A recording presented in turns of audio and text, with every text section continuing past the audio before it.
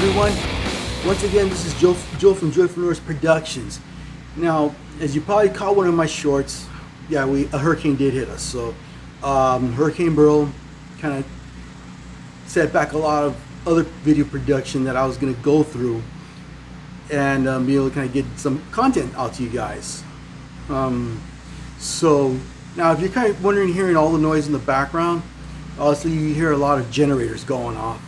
Unfortunately, my son, who I'm living with, neglected to buy one. Well, he got his airfare fed for that one, but that's okay. Like they say, if life gives you lemons, you make lemonade. In this case, anonymous palm. So, get a little sip. Anyways, if you like the content that's coming out from this channel, please do me a favor. Like this video, share it to all your friends, and don't forget to subscribe. Now, today since I'm trying to get caught up with the video production here. Today I'm kind of using my boom mic for this one. So today we're going to talk about my amp collection. Now, usually when it comes to amp collections, usually it's done with a bunch of guys who nerd out over amps and stuff like that. Sometimes they brag about one or the other. However, in my case, I have a little bit of both. Number one, I'm a gear freak. So as you can look at my collection, I barely have some stuff to kind of stand by. However, you know, some of this stuff I actually use. Okay, that I have actually used, and some of them I use on my recordings, and what recordings I use. So when it comes to amps, yes, sometimes they do sound different in many ways, but not completely different. Now, as we kind of heard the arguments back and forth, the speaker makes all the difference, and yes, it does.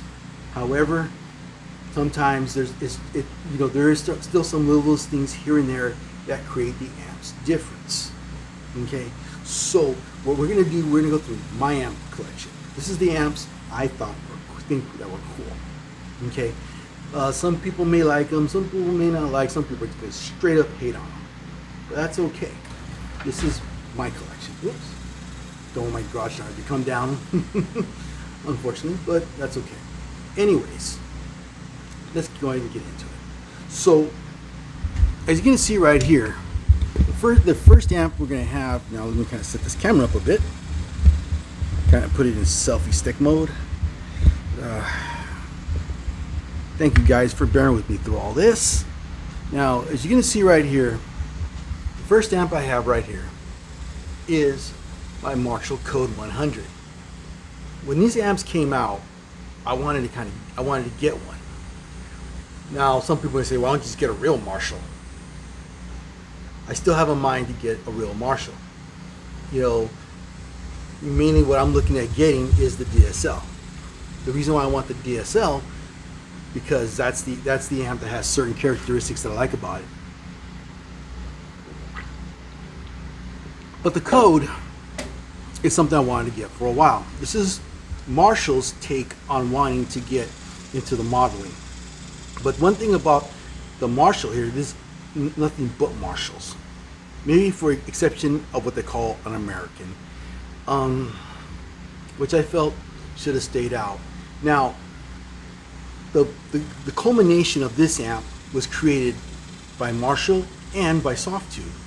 Softtube has pretty good replications of the Marshall amplifier. So if you want the Marshall, so if you want different types of Marshall sounds, usually you know, spit it out, Joe. The Softtube was given licensing to be able to do all that. Now Marshall and Softtube decided to culminate together. Now this amp is loved, hated, and just downright like ugly. In like they would say, the good, bad, the ugly. Me, I like it. I can be able to get different sounds out of it with no problems. Maybe if I change the speaker out a little bit, you know, it is gonna make some difference. Now, I mean, what I'm planning to do is once all this kind of comes to an end and able to get a hands on a Code 50, I'm gonna go ahead and I'm gonna kind of see what we can do to maybe kind of make it sound better for those who still kind of have a problem with it. Now this one right here, as you're going to see right here, this is my PV Classic 50. This amp right here is my favorite. You know, it has some bit of a buttery sound to it. It has 412s in it, which kind of gives it a bit of that nostalgia. You see, it's tweed. Now it's dual channel. It's a 50 watter. Okay, it has you know, in case you guys want to know, it has four preamps and it has two that's 4 power amp tubes. Well, supposedly the EL84s don't put out much voltage, so in order to compensate it, you have to, you kind of have to match the tubes with the power. So this one has 4 power amp tubes to it, which this amp still sounds pretty good. Okay, I wouldn't trade this amp for anything. I've been wanting to get this for the longest time. I've had it for quite an awful while with me for now. However, it's still one of my go-to amps. Now here on the bottom, as you can see, this is my 6505. Now, if any of you guys saw my Glenn Fricker video, you know, regarding the trans tube series, you guys see me use this guy.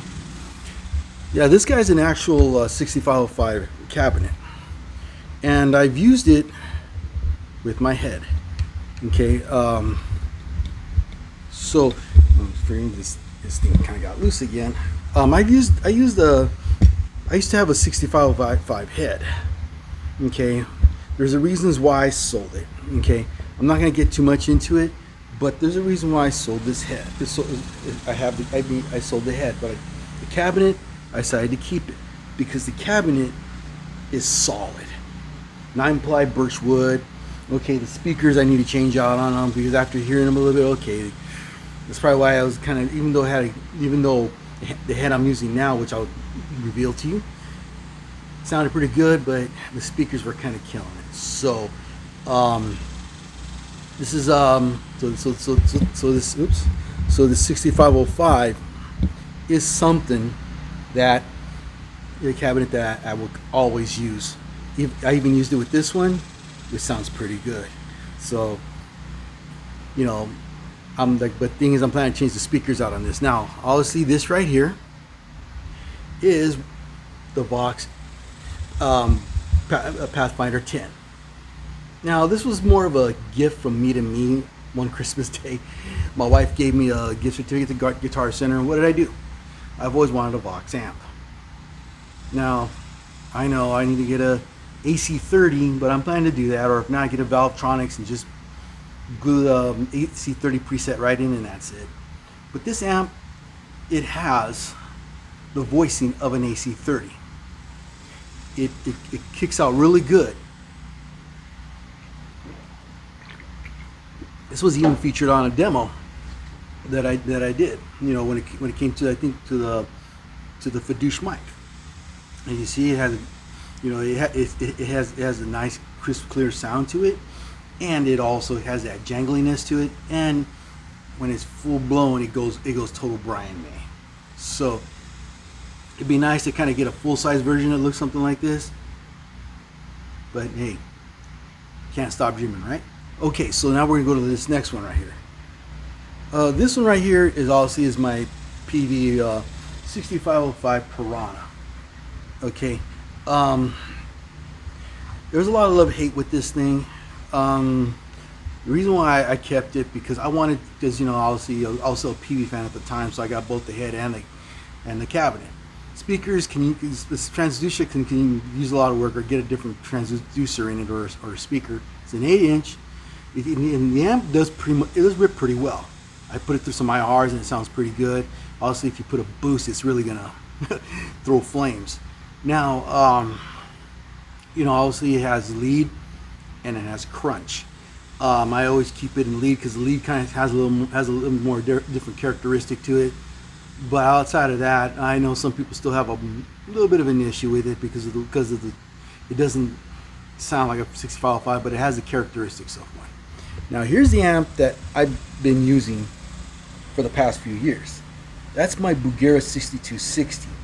Yeah, it's a ripoff of a 6505.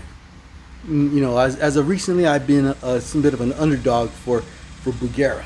Okay, yeah, they're always used to ripping people off. They're always used to trying to copy other people and not be up their own. Well, the Tri-Rec was kind of almost like a culmination of a triple rectifier by Mix the Boogie, but it still had its own little distinction to it. And just like Glenn said, all these amps, the 6505, the 6260, the Mesa Boogie, even the Tri-Rec, they're all based off the Soldano amp model. Now, obviously, you guys probably seen this one here. This is my my Bugera 212 TS. That one is in conjunction with another amp. Another Bugera amp that I'm gonna show you. So obviously this has turbo sound speakers. You know, as we know, they're not the best speakers, but hopefully, like I said, right now on Facebook Marketplace, I've seen some good vintage 30s for about almost $100 each. So maybe I found out they've dropped in price recently. So once all this is over, go buy those two and put them in this bad boy. Now this amp I've kind of been wanting to get for the longest time. It's this one right here. You kind of put the legs down on this. Okay. Now right here, as you can see,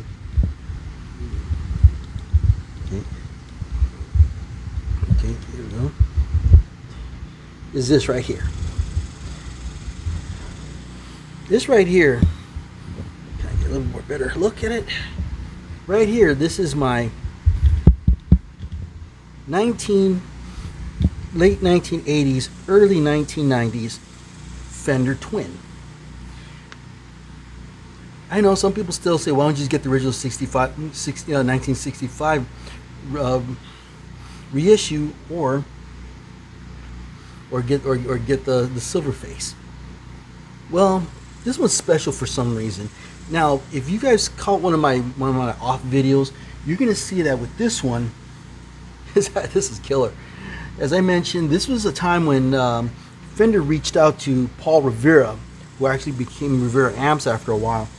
You know, and this thing had a lot of modifications and push and pulls that made Fender amps sound really killer, even with the little combos and stuff. You know, got likes of Steve Lukather, and another famous LA musicians decided to go to Paul Rivera and get their amps done. Now, one thing that this has in common with the Riveras is they have a lot of push and pull switches. Obviously, right here you got here to boost the treble. This is the mid. To cut the mid, in other words, to make it drop a little bit. And obviously you got your bass. I don't know why they put this here. This is more to combine the two channels together. This one right here is this right here is where you kind of flip between the two. Now, obviously, here's where the fun is at. Right here, obviously, this is your preamp gain. This is your treble with a boost, mid with a boost, and the bass with the boost. Then you got presence. So in other words, that opens the amp up even more. And obviously, got to pull for select. I don't know why, but then you also have your reverb selection. And that's why I kind of have it set to both channels. Then I got my reverb. Now, also, what's beautiful is right here you got your low output and your high output, besides your standby and your power. Now, the beauty of this amp is that it has two preamp sections. Obviously, it has channel 1, which has its own set of preamp tubes to it. Then you got your channel 2. And if some of you should check out the video. Matter of fact, I'm gonna put it in the card right here, so that way you can check out that amp and hear it for yourself and how it sounds like. Now, let's go right over here. This is another amp I got from Me to Me. This one right here is my Fender GT6, my GT40, what they call it. Okay, there we go. All right, let's try this again. Okay, boom. Boy, this really helps, don't it? Gosh. Okay, so right here, this is my Fender GT40. Okay, It's obviously it's Fender's modeling amp. I got this one as a Christmas, as a Christmas gift from me to me. Um, as you begin to see right here, it has all the amp models and stuff like that. They did make a smaller. Now there is a smaller version, the Mustang LT, which is which has like 2 4 inches. Pretty much the same exact thing, but it doesn't have all the bells and whistles this one has. This one you can actually record into it. You'd actually be able to kind of set up certain sounds to it to kind of make it sound killer. So I still like this one. I use it sometimes as my boom box for my. I mean, that's what's the cool thing about it. I can use it as a boom box, so it'll play music, which in case I do yard work out here, which I'm almost done. A lot of cleaning, let's just say, and I'm halfway. No, I mean, it's still not even close to halfway done. Anyways, we're gonna go to the next one right here, which is my Bulgara G5. This amp right here, oops. Okay, this amp right here, as you're going to see, okay, right here. This amp right here, as you're going to see, it's almost supposed to be like the Black Star. Okay, it has your Infinium switches, and it has like your reverb level, your tone stack, you have your overdrive, and your clean. Now, obviously, if you want to check that amp out, it'll also be right here in the card as well. So, you could be able to see that amp, in action as well. With when I was using my Fender Teleacoustic with it, and along with pedals. So this thing's very pedal friendly, and I matched this bad boy up with this cabinet. And it's actually the way one of my employers used to say it at one time, was one of my best. Is one of the best systems I've ever had. Now, we're gonna take a look at this guy right here. This guy has been with me forever, and this is the guy you've seen on the video. Okay, that's my band. That's my Trans 2 Bandit, the Silver Stripe series. Also I was still excited to go get it and to do whatever is necessary. To kind of have to try to go with a compact system that'll rip right through for metal. And because at the time, I kind of grew up in a time you had to have a 100-watt head and a wicked 412 cabinet in order to make that happen. But as the years gone by, some people, even some magazines and some editors were saying, just go, sometimes all you need is just a 112 or 212 amp, and a good stable sound. And for the beginning of my gigging life, this has been the amp for me. It has been one amp that has defied all odds, and has been able to make mic perfectly and cleanly, and basically, I mean, once I put a boost through it, boy, it changes everything. So this amp. So again, this amp has been with me forever. Yeah, this amp has been with me forever, along with the 212SX. Obviously, speaker updates need to be made soon. Now, up here, as you can see, along with my 6505, also I got the micro amps here. I know there's one more out there. It's the Ignator, or it's the Wagner.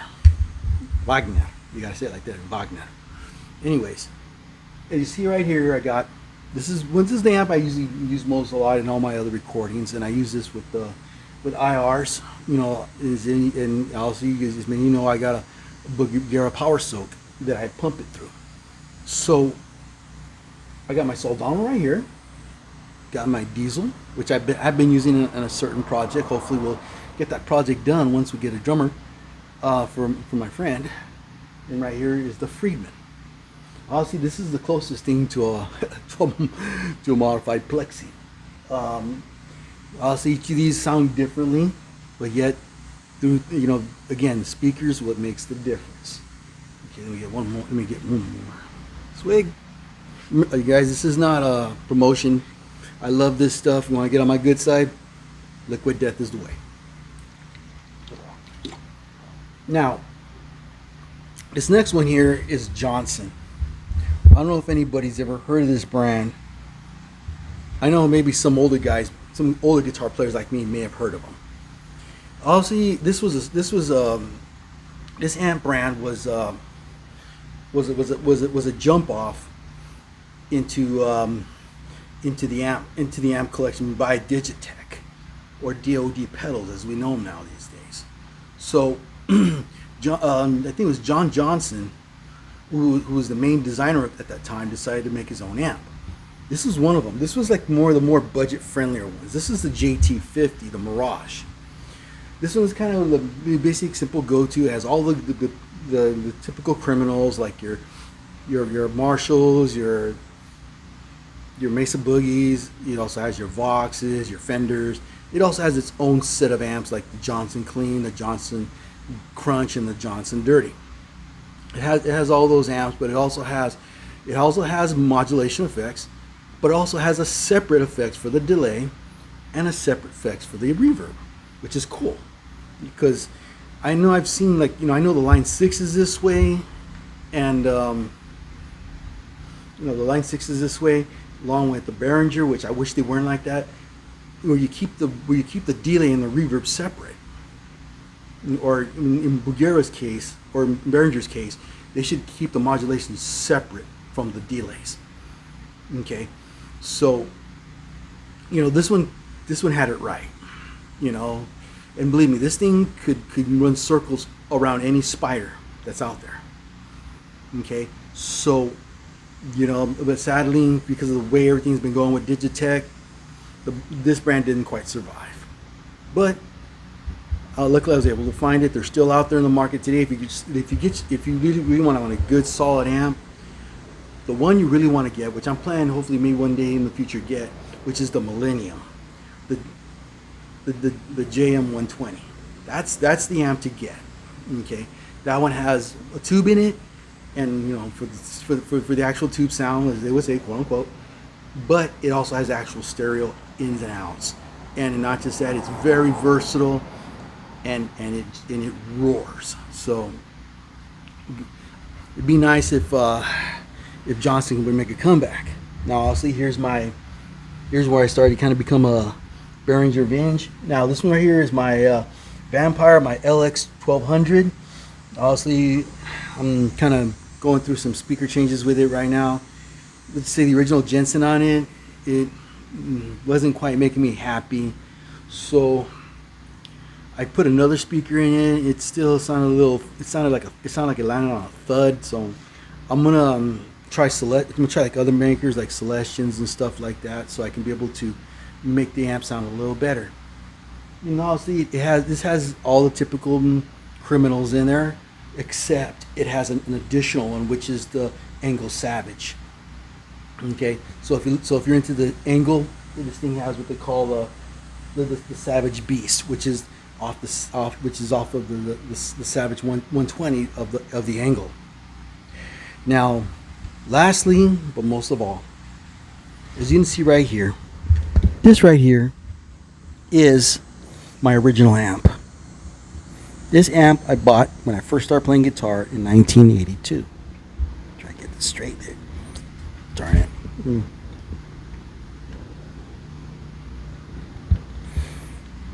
Here we go. This is my PV Renown.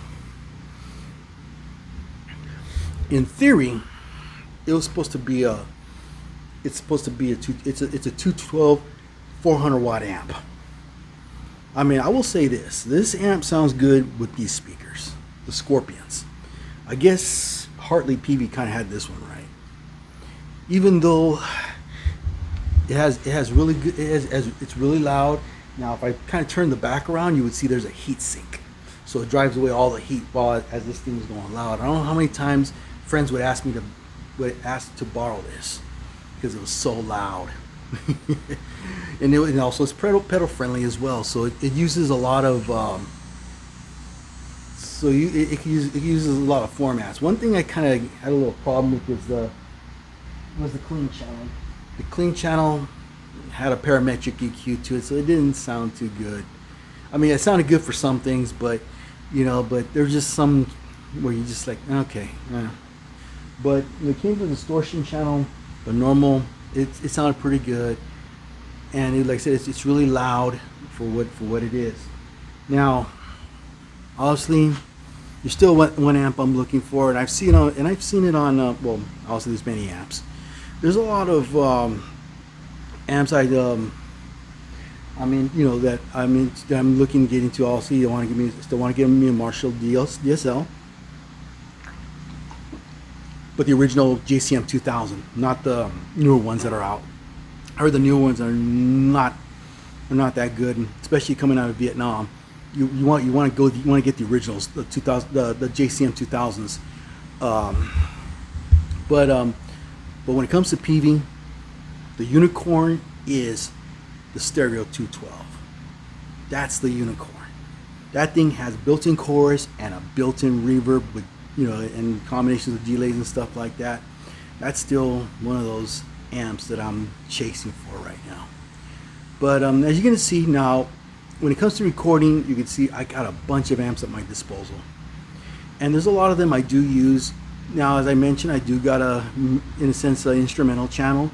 So if you're a Christian or you're in a church, things like that, and your church doesn't have no musicians, or you're the only musician, what you want to do is go to instrumental worship tracks. I'll leave a link on the bottom. You can go there and you can fill that out. You can check it out. Now, like I said, a lot of these amps I have used on the recordings of those, and there's even some amps that I've used even for other personal recordings as well, besides using some VSTs, because some guys say, oh, I need to have this particular amp. So what I would do, I would have to go to a VST, especially with some that are like straight up Black Star fans. They need to have that Black Star sound of the. So what I would do, I have a similar VST clone of what they call a Black Star. But anyways, so now as you get to see right here. So right now I'm just trying to make time of what I got here during this downtime, which I don't like to call it. Hopefully, Center Point Energy will get this together and allow me to kind of get back to work as I'm supposed to, and hopefully I'll have a backup generator so I can keep the content going even in a situation like this. So, but tell me what you think, okay? Or what amp do you like? Or tell me an amp that you would prefer to have, or an amp that you dream of. Now, just to be clear, there is no shame of being an investor, let alone, no shame of being someone who just loves to collect gear. Okay, next time I'm gonna come up with my pedal collection, and boy, you guys will be like, wow. Anyways, again, like this video, share it to all your friends, and don't forget to subscribe. So until next time, peace out.